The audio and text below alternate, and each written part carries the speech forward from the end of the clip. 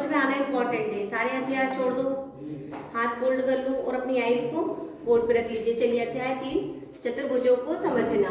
तो आज ये 3rd चैप्टर हम पढ़ रहे हैं। इसकी प्रश्नावली 3.1 में ये हमें आकृतियां दी गई हैं और इन आकृतियों के आधार पर इन प्रश्नों को हमें हल करना है। साधारण वक्र, इसमें बताना है साधारण वक्र कौन सा है। तो वे वक्र साधारण वक्र होते हैं जो कैसे भी बने हो, उसमें सीधी आड़ी टेढ़ी लाइन कैसी भी होगी और जिसमें साधारण तरीके से बनी है। तो ये वाली आकृति साधारण वक्र में आएगी, ये साधारण वक्र, ये भी साधारण वक्र में आएगी, ये साधारण वक्र, ये भी, और ये वाली आकृति ये नहीं आएगी। क्यों? क्योंकि इसमें अलग अलग आकृतियां हैं। ये भी नहीं आएगी, ये भी नहीं आएगी। इसके बाद लिखा है साधारण बंद वक्र।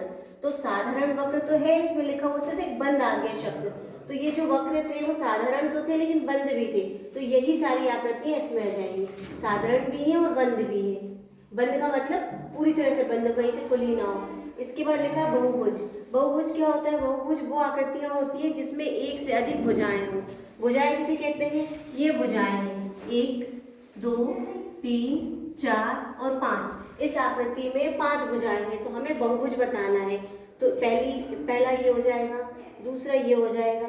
इसमें भुजा है क्या? नहीं, इसमें भुजा नहीं है, कर्व है। इसके बाद ये वाली आकृति हो जाएगी बहुभुज। इसके बाद इसमें कर्व है, भुजा नहीं है, ये भी कर्व है, ये भी कर्व है और ये भी कर्व है। तो हमारे उत्तर हो जाएंगे बहुभुज में ये और ये।